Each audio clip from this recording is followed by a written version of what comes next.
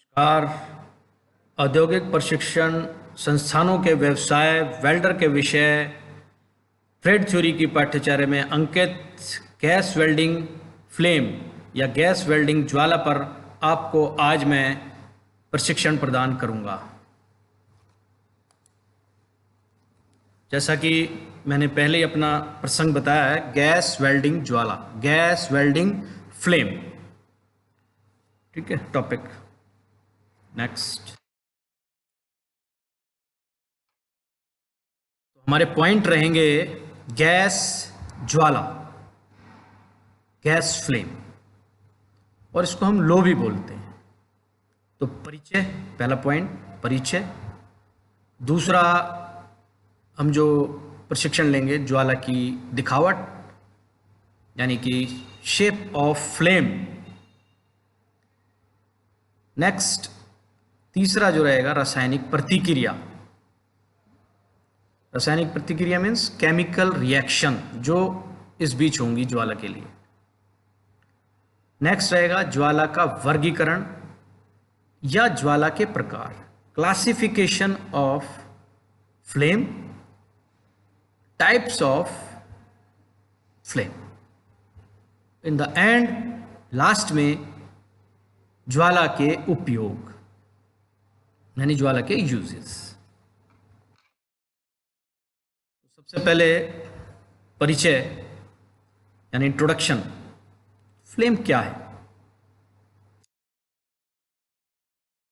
जैसे कि मैंने अपनी स्लाइड में दर्शाया है, गैस वेल्डिंग में बहुत ही महत्वपूर्ण वेल्डिंग की प्रक्रिया होती है।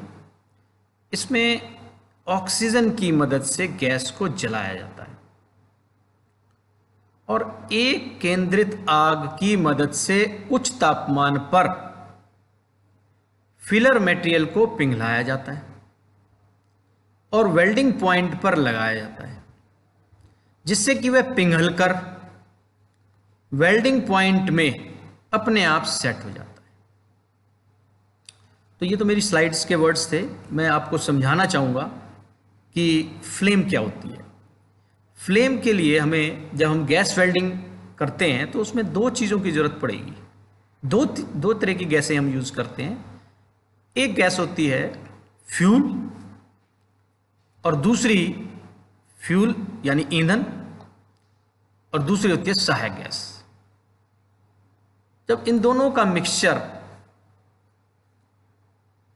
तो इग्नाइट होता है, इग्नाइट करते हैं या इग्नाइट होता है, तो एक तापमान उत्पन्न होगा और एक लो बनेगी और एक फ्लेम बनेगी। तो आज जो हम बात करेंगे उस फ्लेम के बारे में बात कर रहे हैं। तो ये तो छोटा सा एक इसका परिचय हुआ। तो गैसों की सहायता से वेल्डिंग की क्रिया एक ऐसी होती है, लेकिन उनका विभाजन उपयोग में आने वाली गैसों के अनुसार किया जाता है। ये गैस बहुधा ऑक्सीजन और एसिटिलीन का मिश्रण है, कोल गैस और हाइड्रोजन आदि हुआ करती है।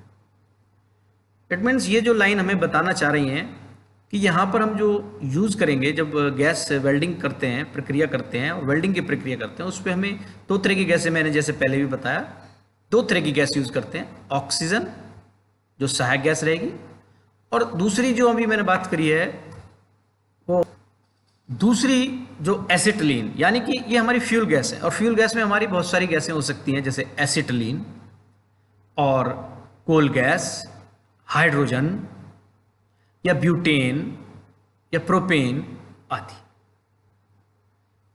जैसे कि नेक्स्ट पॉइंट पे मैंने बताया है कि इसमें सबसे ज़्यादा, यानी कि इसमें ऑक्सी एसिटिलीन वेल्डन सबसे अधिक प्रचलित है। सबसे ज़्यादा यूज होने वाला जो है वेल्डिंग है ऑक्सी एसिटिलीन। वेल्डनोपयोगी गैसें तैयार करने वाली व्यापारिक कंपनियां इस्पात के मजबूत सिलेंडरों में गैस को कई वायुमंडलीय के दबाव पर भरकर वेल्डन के लिए बेचा करती है। इट मीन्स गैस, ये जो ऑक्सी एसिटिलीन है, ऑक्सीजन तो भी हमें सिलेंडरों में हाई प्रेशर पे मिलती है, और एसिटिलीन भी जो है कुछ कंपनियां व्यापार की दृष्टि से इसको हाई प्रेशर पर एक मजबूत सिलेंडरों में इस्पात के जो बने हुए होते हैं, स्टील के बने हुए होते हैं, उनमें हमें भर के दे देती है, जिसमें वायुमंडलीय दबाव बहुत हाई प्रेशर रहता है, कई वायुमंडलीय दबाव भर कर देती है। या दूसरा तरीका है, हम जैसे कि नेक्स्ट लाइन पे लिखा है, वेल्टन के बड़े बड़े कारखानों में निजी गैस संयंत्रों द्वारा कैल्शियम कार्बाइड और पानी के मिश्रण से यह गैस कम दाब पर तैयार की जाती है। एक तरीका और है। दूसरा तरीका है कि जब हम इनको यूज़ करना चाहते हैं तो बहुत बड़ी बड़ी कंपनियों में अपने लिए पर्सनल यूज़ के लिए, निजी यूज़ के लिए एक जेनेटर बनाया जाता है, जिसे हम कैल्शियम कार्बाइड और पानी, ये एक रिएक्शन होती है, कैल्शियम कार्बाइड यानी CaC2 और H2O से जब हम उसको मिलाते हैं तो इसमें हमें C2H2 गैस मिलती है, यानी एसिटिलीन गैस मिलती है, और ये कम दबाव पर तैयार हो जाती है। ठीक है, नेक्स्ट।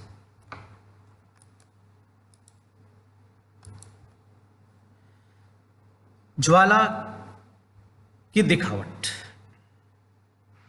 यानी कि फीचर ऑफ फ्लेम या शेप, ये क्या चीज है? इसमें हमने 3 चीजें होती हैं, भीतरी शंकु या भाग, इनर कोन और पार्ट। दूसरा है मध्यवर्ती भाग, इंटरमीडिएट पार्ट, और लास्ट में तीसरा है बाहरी शंकु और पार्ट, आउटर कोन और पार्ट। तो 3 ये हमारे पास पार्ट हैं, 3 हिस्सों में बांटा है, यानी ज्वाला को। ज्वाला मतलब लो, फ्लेम जो बनेगी, आग बनेगी, जो हम गैस वेल्डिंग में यूज करते हैं, उनके ये 3 पार्ट हैं। पहला है इनर कोन, दूसरा इंटरमीडिएट पार्ट, तीसरा आउटर कोन। जनरली जो तीसरा जो है मध्यवर्ती भाग, वो आपको जब एसिटिलीन ज्वाला बनेगी, यानी जब हम एसिटिलीन की मात्रा को बढ़ा देते हैं, वहां पर ये तीसरा भाग दिखाई देगा। अन्यथा ये दोनों भाग आपको आसानी से दिख जाते हैं, इनर कोन और आउटर कोन 2 रहते हैं।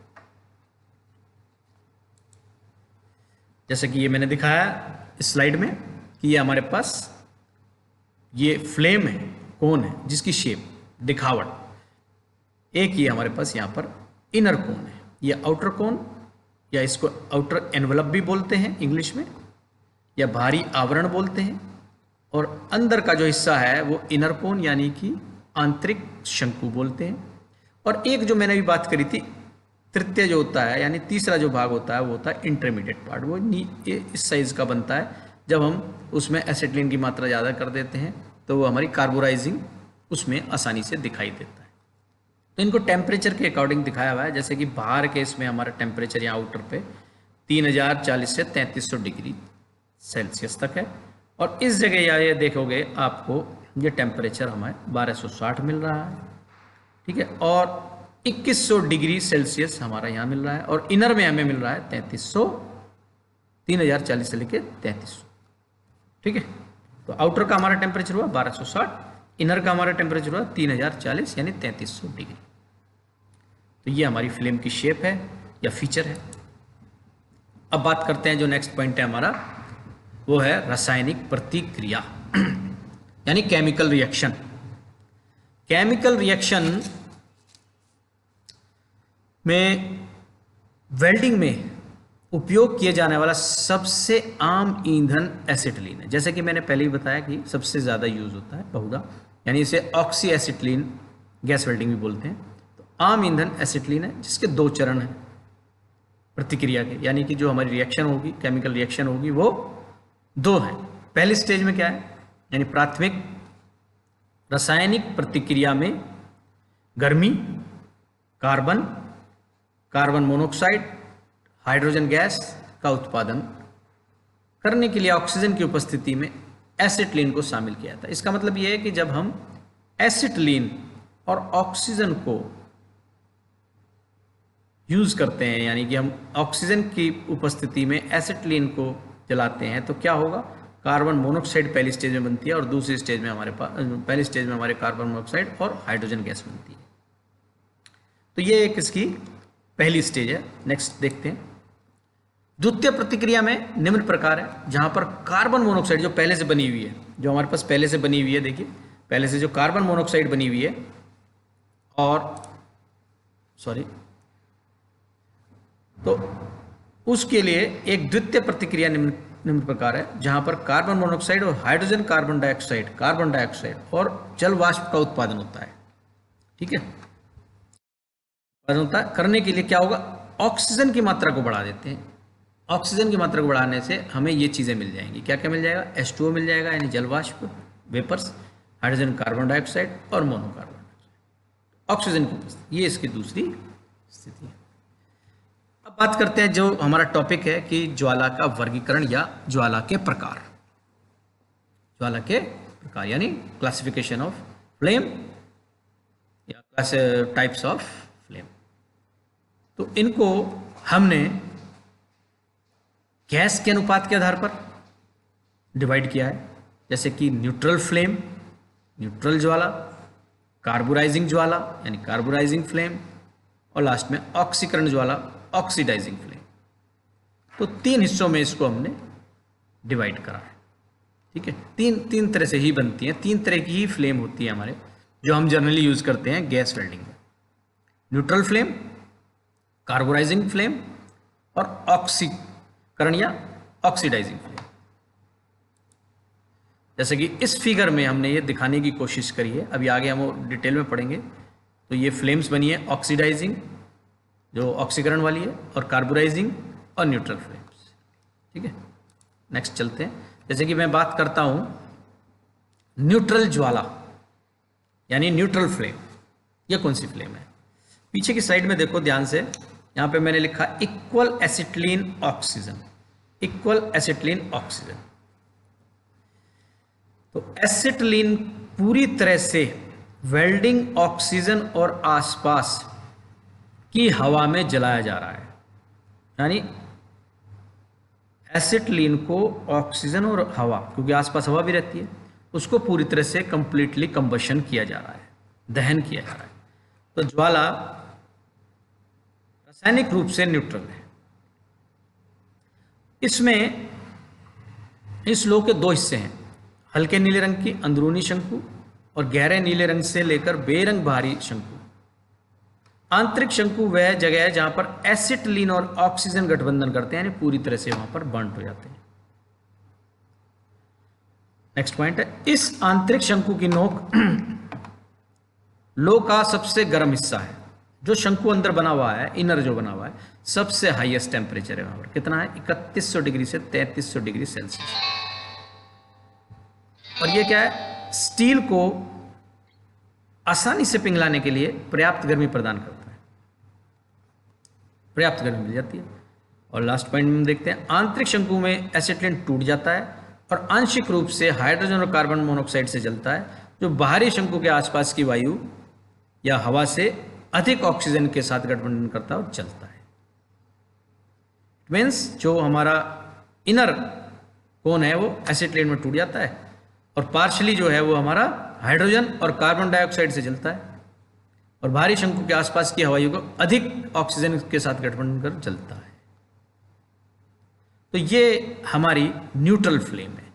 और जिसमें मैंने पिछली स्लाइड में भी आपको दिखाया है कि एसिटिलीन और ऑक्सीजन की मात्रा बराबर रखते हैं। इसमें जब हम ब्लो पाइप में डालते हैं तो एसिटिलीन और ऑक्सीजन की मात्रा को, जो हम मिक्सचर को, हम वहाँ ब्लो पाइप से पहले मिक्सचर चैम्बर में हम क्या करते हैं, तो ये न्यूट्रल फ्लेम में जाती है। और इसमें देखो ये हमारे पास न्यूट्रल फ्लेम में हमें ये दिखाई दे रहा है कौन कौन से हमारे पास फेदर बनते हैं। ठीक है, तो हम नेक्स्ट पे चलेंगे।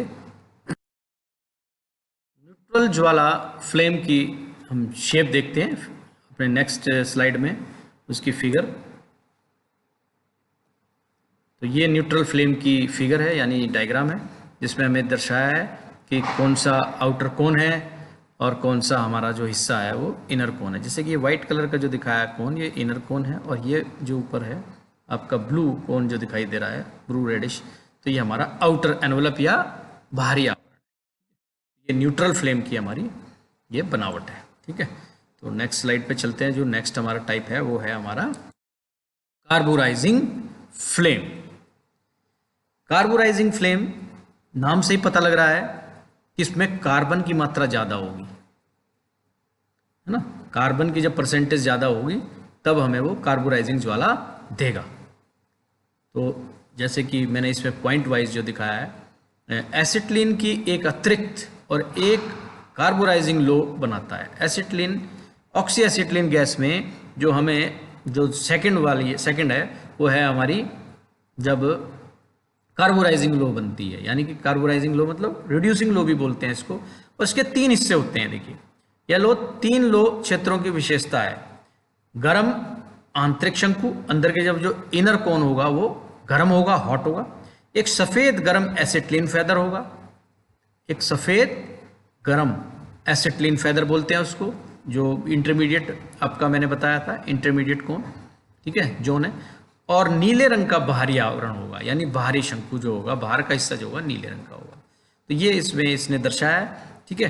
तो यह ज्वाला का जो प्रकार है, ऑक्सीजन को पहली बार जलती हुई एसिटिलीन में जोड़ा जाता है। यानी कि ऑलरेडी पहले हमने उसमें ऑक्सीजन और एसिटिलीन चला रहे हैं, तो एसिटिलीन की मात्रा को बढ़ा दें, एसिटिलीन की मात्रा को हम बढ़ा देते हैं, तो हमारा क्या होगा, ये किस प्रकार की हो जाएगी, ये हमारी कार्बोराइजिंग ज्वाला कहलाएगी। कार्बोराइजिंग ज्वाला उत्पन्न हो जाएगी। यानी कि इसमें हमें जो क्योंकि अनुपात गैस के अनुपात के आधार पर है, तो इट मीन्स जो है इनको बांटा गया जो है, जो ऑक्सीजन और जो रेशो है, ऑक्सीजन और एसिटिलीन का रेशो है। यदि हम ऑक्सीजन की मात्रा को कम कर दें तो एसिटिलीन की मात्रा बढ़ जाएगी, या एसिटिलीन की मात्रा को बढ़ा दें, एक्सेस कर दें, तो हमारे पास ये कार्बोराइजिंग ज्वाला मिल जाएगी। तो फैदर में ऑक्सीजन की बढ़ती हुई मात्रा को जोड़कर लो को समायोजित और कभी छोटा भी किया। अच्छा, इसमें क्या होती है, लो का साइज बहुत बड़ा होता है। कार्बोराइजिंग ज्वाला में लो का साइज जो होगा बहुत ज़्यादा बड़ा होगा, और यदि हमें वहाँ पर रिक्वायरमेंट नहीं है ना, तो हम उसकी साइज को छोटा करने के लिए ऑक्सीजन की मात्रा को बढ़ा देंगे, तो हमारा जो है लो का साइज जो है वो छोटा हो जाएगा, ठीक है। तो यहाँ पर हम ये भी एक करेक्शन कर सकते हैं। लेकिन जनरली जो है कार्बोराइजिंग बड़ी ज्वाला के साथ होती है ना, कार्बन की परसेंटेज ज़्यादा रहती है। जहाँ भी इस तरह का काम होगा वहाँ पर हम इसको यूज़ करेंगे, ठीक है। तो इसमें देखिए इसको नापते कैसे हैं। इसमें जो नेक्स्ट पॉइंट में हमने बताया, एक वेल्डिंग लो को 2x 3x के रूप में मापा जाता है ना, जिसमें x जो होता है, x जो आंतरिक लो की शंकु की लंबाई है, ठीक है। और असंतुलित कार्बन लो को इंसुलेट करता है, ठीक है। तो इट मीन्स ये है कि तापमान, अच्छा यहाँ पर एक ध्यान देने वाली बात है, इसमें इस लो का जो तापमान है वो कम होता है ना, जैसे कि डाउन कर देता है 2900 डिग्री से 3100 डिग्री तक गिरा देता है, ठीक है। कार्बन लो इंसुलेट करता है, यानी कि वो उसको बचाता है, तो वो डाउन कर देता है, ठीक है। तो इसकी हम फिगर को देखते हैं एक बार। ये देखिए फिगर इसकी, इनर वाइट कोन जो 2900 डिग्री से 31 जो बात हो रही थी, यहाँ पर टेम्परेचर इंटरमीडिएट रेड जोन का होगा, जो रेड कोन दिखा रहा है, और आउटर ब्लू कोन जो है हमारा ब्लू कोन के रूप में दिखाई दे रहा है। तो यहाँ पर देखो तीनों जोन हमें दिखाई दे गए हैं, इनर कोन भी दिखाई देगा, इंटरमीडिएट कोन भी दिखाई दे गया, और आउटर कोन भी दिखाई दे गया। तो ये हमारी कार्बोराइजिंग ज्वाला है, और ये साइज में बड़ा रहता है, जितनी भी है काफ़ी बड़े साइज की रहती है, क्योंकि तीनों कोन दिखाई दे रहे हैं, तो साइज भी इसमें बड़ा रहेगा। तो कार्बोराइजिंग ज्वाला जो है वो किसकी परसेंटेज बढ़ा देते हैं, किसका रेशो बढ़ा देते हैं, कार्बन के लिए क्या चाहिए हमें, एसिटिलीन की मात्रा को बढ़ा देंगे। जब एसिटिलीन की मात्रा को बढ़ा देंगे तो ऑक्सीजन की मात्रा उस रेशो में कम रह जाएगी, तो ये इस तरह की लो हमें प्राप्त होगी। तो ये हमारी है कार्बोराइजिंग ज्वाला, ठीक है। तो इसमें मेन जो है हमें टेम्परेचर पे ही ध्यान देना है। जैसे कि अभी हम पीछे चलते हैं जरा, न्यूट्रल में हमारे पास जो टेम्परेचर था, न्यूट्रल का जो उदासीन ज्वाला जो थी उसका टेम्परेचर था 3100 से 3300 डिग्री तक हम उससे प्राप्त कर सकते हैं, ठीक है। ये इसने आंतरिक इनर कोन का दिखाया है। और यदि हम आगे चलते हैं, कार्बोराइजिंग का जो हमारा टेम्परेचर है जो डाउन करता है 2900 डिग्री से 3100 डिग्री सेल्सियस तक, ठीक है। तो अब नेक्स्ट स्लाइड, ऑक्सीकरण ज्वाला जो हमारी तीसरी ज्वाला जो है वो ऑक्सीकरण ज्वाला है, उसे ऑक्सीडाइजिंग फ्लेम भी बोलते हैं, ऑक्सीडाइजिंग फ्लेम भी बोलते हैं। और इस फ्लेम में क्या है, ऑक्सीकरण की लो तीसरी संभावित ज्वाला समायोजन है, ठीक है। ऑक्सीकरण की जो ये लो है वो तीसरा रूप है उसका, और यह तब प्राप्त होता है जब अनुपात एक ज्वाला के लिए आवश्यक एसिटिलीन को ऑक्सीजन की अधिकता देने के में बदल दिया जाता है, ठीक है। तो इसमें थोड़ा सा उल्टा है, इसमें क्या है कि जो रेशो है ना ऑक्सीजन और एसिटिलीन में, तो ऑक्सीजन का रेशो यहाँ पर हम बढ़ा देते हैं, क्योंकि जैसा कि नाम से ही पता लग रहा है ऑक्सीकरण यानी ऑक्सीडाइजिंग, ऑक्सीजन की मात्रा को यहाँ पर हमें बढ़ाना होगा। तो यहाँ पर हम क्या करेंगे, ऑक्सीजन की मात्रा बढ़ा देते हैं। हमारे पास नोब्स रहती हैं, जब हम ब्लो पाइप, जब हम गैस वेल्डिंग करते हैं, है ना, तो गैस वेल्डिंग में हमारे पास क्या होता है, एक वेल्डिंग टॉर्च होती है, उसे मशाल भी बोलते हैं। तो वेल्डिंग टॉर्च को जब इग्नाइट करते हैं, उससे पहले हमें दो, पीछे की तरफ देखना, ध्यान से देना, दो पाइप लगे रहते हैं, एक मैरून रंग का लगा रहता है, एक काले रंग का या नीले रंग का लगा रहता है। तो मैरून कलर में जो है एसिटिलीन की सप्लाई करते हैं, और जो ब्लैक कलर में हम ऑक्सीजन की सप्लाई करते हैं। उसी के साथ उस ब्लो पाइप में हमारे पास क्या होगा, क्या जुड़ा रहता है, नोब जुड़ी रहती है, दो नोब, एक पे रेड कलर होता है और एक पे ग्रीन या ब्लैक कलर होता है।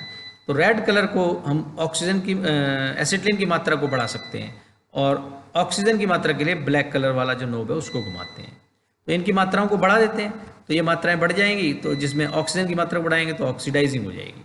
तो यहाँ दूसरे पॉइंट में हम बताना चाह रहे हैं, जब वेल्डर न्यूट्रल फ्लेम में अधिक ऑक्सीजन जोड़ते हैं, न्यूट्रल फ्लेम में ऑक्सीजन को बढ़ा दो, जो पहले से न्यूट्रल था, न्यूट्रल मतलब जब उसमें ऑक्सीजन और एसिटिलीन का रेशो 1:1 था, ठीक है, तो उसमें हम क्या करेंगे, ऑक्सीजन को बढ़ा देते हैं, जैसे कि 1.5 कर दिया उसका रेशो। तो ज्वाला अन्य दो लेप्टों यानी कि दो की तुलना में गर्म, बहुत ज़्यादा गर्म हो जाएगी, हीट बहुत ज़्यादा हीट देगी धातु पर। इसका प्रभाव के कारण इसे ऑक्सीकरण ज्वाला कहते हैं, ठीक है। ऑक्सीकरण ज्वाला इसलिए बोलते हैं क्योंकि टेम्परेचर हाई कर देती है, हाई टेम्परेचर के लिए यूज़ करते हैं।